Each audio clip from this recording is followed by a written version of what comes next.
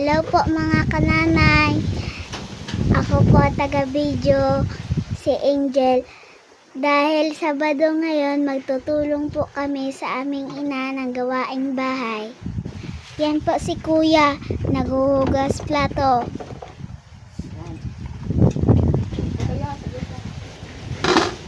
Yan po ang aking ina at si Pet, naggagawa ng merienda para sa nagtratrabaho sa amin.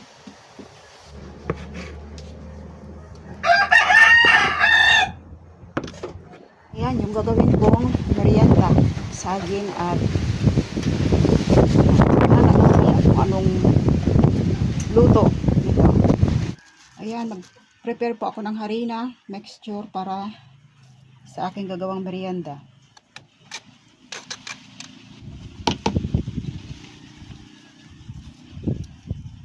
Ayan, salain ko lang para sigurado akong malinis at pino yung ihahanda kong harina.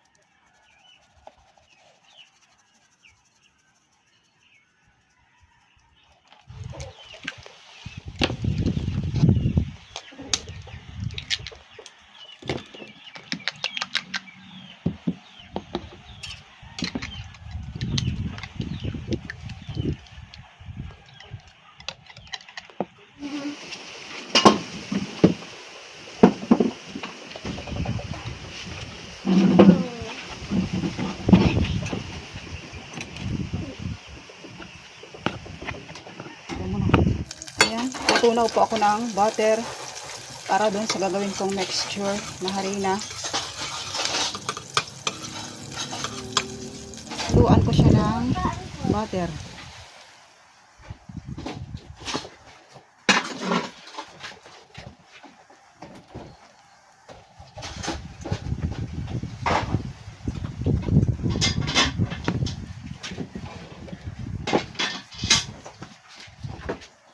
And then, tubig.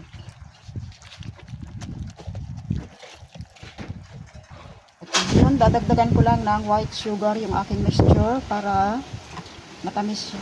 Matamis na.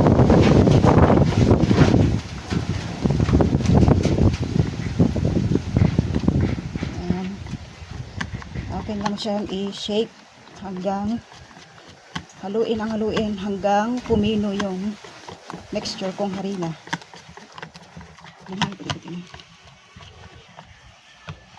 Ayan, mapino na yung ginawa kong mixture na harina. So, ilulubog ko lang yung saging dito at saka ipiprito. Ibababad ko tong saging sa ginawa kong mixture na harina.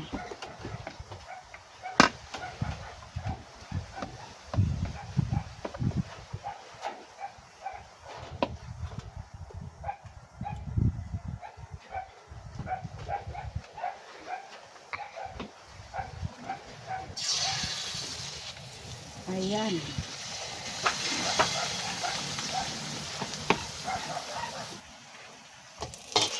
Ayun.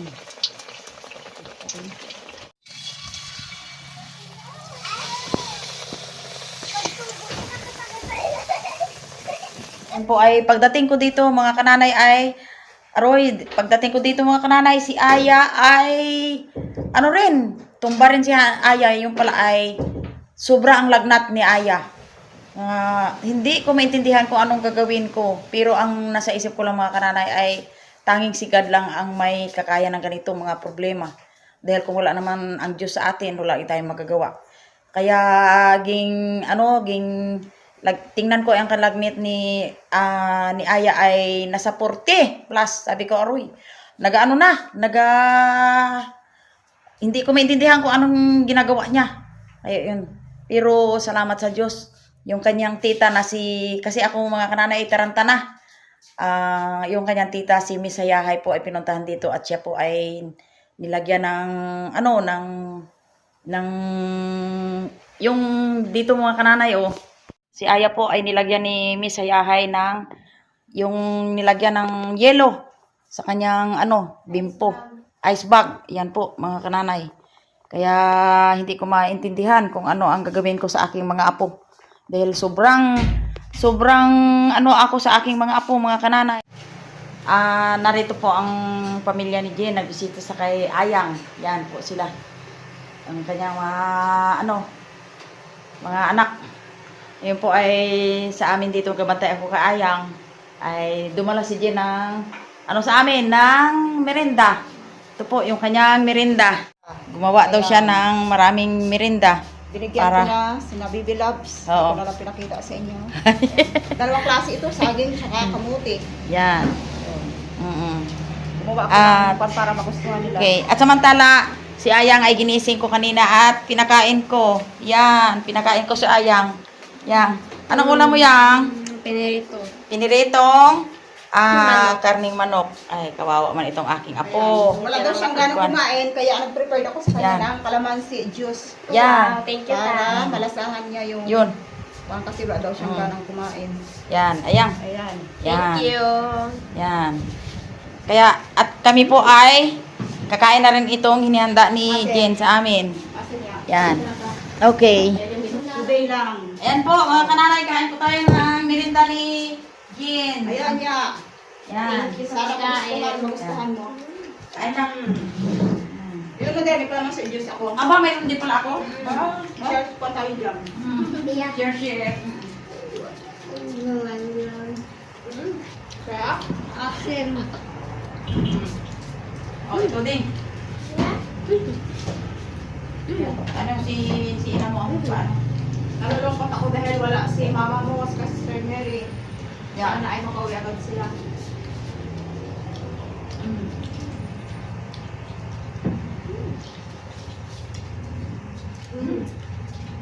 Sarap ang kalamansi. Sa ikaw sa dito kakain. Mga kananay, kain po tayo. Wow. Enjoy lang ang food. Para good mood tayo. Enjoy the food. Good mood. Ito lang ito. Dito pa. Diyan pa. Yan, dito lang.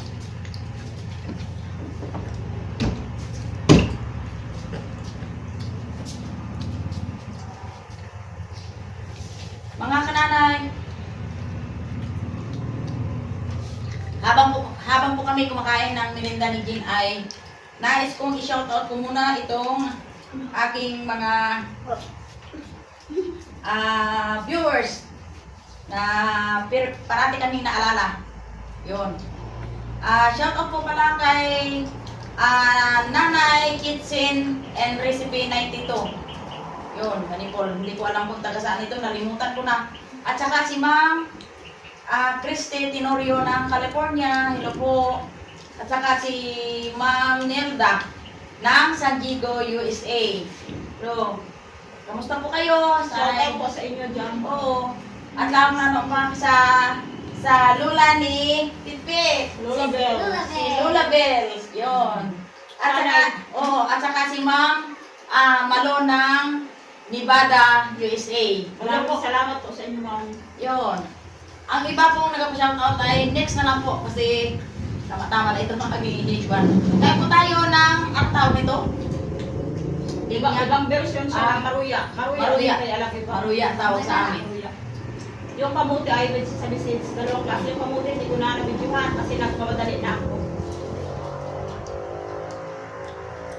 Yan. Pray ko po lagi sa mga viewers ni Nanay, lalong-lalo doon sa mga sponsors, especially sa inyo. Pray ko po lagi nasa mabuti kayong kalagayan kasi mahirap yung kayo po ay may karamdaman. Mahirap po mga kananay yung may karamdaman. Ako mga kananay ay parang sa unang buwan ay hindi ako mapalagay. Parati akong balik-balik sa CR pag ako inabot ng takot. Kasi tabi po sa kumakain. Si Ardo sabi, di ba? Bawal ko ng tubig para hindi ko malaman mga kananay kung anong gagawin ko. Dahil ang ano po mga kananay kahit simple lang ang buhay basta malayo nung wala lang karamdaman. Okay na ako yan. Walang karamdaman, masaya. O hindi, kain tayo Ning. O Bok. Bok, kain tayo. May hati ang Bok. Bigyan mo si ano niya. Sigil. Ginawa ng sumata. Uy, kahit na. Ayan, si Bok. Subukan mo, Bok. Katambal mo yan, isubukan mo. Ayan, si Ay. Gilgil, oh. Tirang ko na siya. Ayun. Yung Pretend nanay kahit ngayon lang. Kasi Saturday, si nanay niya ay busy. Si mama. busy ang mama niya. Mama Miss Hayahay. Ah. So, si Gilgil yung umiyak na. Ay, si Gilgil ang nagpapil bilang nanay. Neo, Neo. Yun nga, dito din kay Pao. Bakit pa kayang baby na yan ay umiiyak? Yung baby na yan, oh, bakit naman yan? Bakit tabunan nyo? Kami dito mga kananay ay tulong-tulong. Hinahanap niya yung papa niya kasi sumama doon sa fishing brother. Si Mr. Hayahay po ay sumama sa Fishing Brother. Kaya Nag-fishing wala siya sila dito. ngayon. Kasama ni ka-brother Ed. So umiiyak itong anyang junior. Ayan, no? Pasensya nung kananay dahil si kananay Mercy ay talagang maano talaga makata. Makata. Yun talaga po. Kahit sa tunay na realidad ko po ay talagang ano Talaga talaga ay ako. minsan madaldal. Mahilig pa ako mag-entertain ng tao. Sabi mo ano ah? Kumuti? Hindi makapigil ang pusa ay. Bakit? Nahingi talaga? Ano? Kain niya. Hanggang gusto na yung ano para ikaw ay lumakas. Kasi alam ko Ah, mas namumulog. Mainit Alam ang ko mata. na mas namumulog. Kasi nga ito ang init. Maglagay ng yelo sa mata. Yellow daw sa mata. Pati yung box.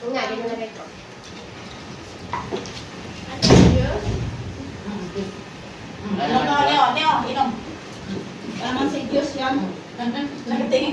Nagatingin si Yan niya. Ayan yan! Ayan nga nakakulong. Nakakulong kaya yan? Yeah. Ah. Naging mama si Gilgil for today. Ha? Ano? Doon ka naman ikaw bibigos. Doon naman ikaw sinana.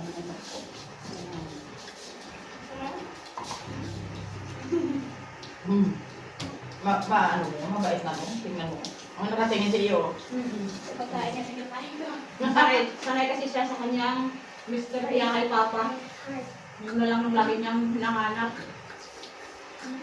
Mahalin ninyo yan si Yan yan. Eh, mabait yan. Silig yan yan. Hati. May ano man yan, iyo? May laruan? Ikaw nagagayat ng gato. Ayan. Ah. So, pansamantalang i-cut off muna namin yung aming pag-video. Salamat po sa inyong panonood mga kanay. Thank you. Thanks for Bye-bye. watching po.